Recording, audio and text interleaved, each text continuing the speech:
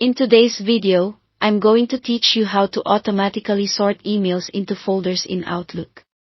If your inbox feels crowded, rules can quietly move messages to the right place the moment they arrive. Let's start with the quickest way. In your inbox, right-click an email you want to filter. This could be a newsletter, a receipt, or any message you routinely file. Choose Rules, then Create Rule. You'll see options based on that message. Pick the destination folder you want those emails to go to. If the folder doesn't exist yet, click New to create it and give it a clear name. When you're happy with the choice, confirm by clicking OK or Save. From now on, similar messages will land in that folder automatically, keeping your main inbox clean.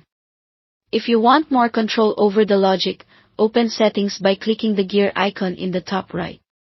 Navigate to Mail, then Rules. If you have more than one account, select the account you want to manage so the rule goes to the right place. Choose New to build a rule from scratch and give it a descriptive name you'll recognize later. Next, add a condition.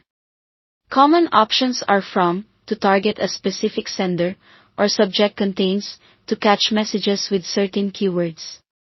If you need to be precise, click Add another condition to combine criteria, like a sender plus a word in the subject. Then choose an action. Select Move to and pick or create the folder where these emails should live. You can add optional actions such as mark as read if you don't need those messages to show as unread. You can also add exceptions to prevent the rule from triggering in special cases, such as when the subject contains certain words. If this rule should take priority over others, check Stop Processing More Rules so Outlook doesn't apply additional rules afterward.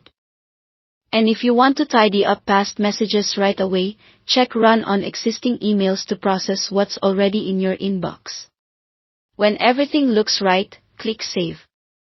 That's it. Thanks for watching.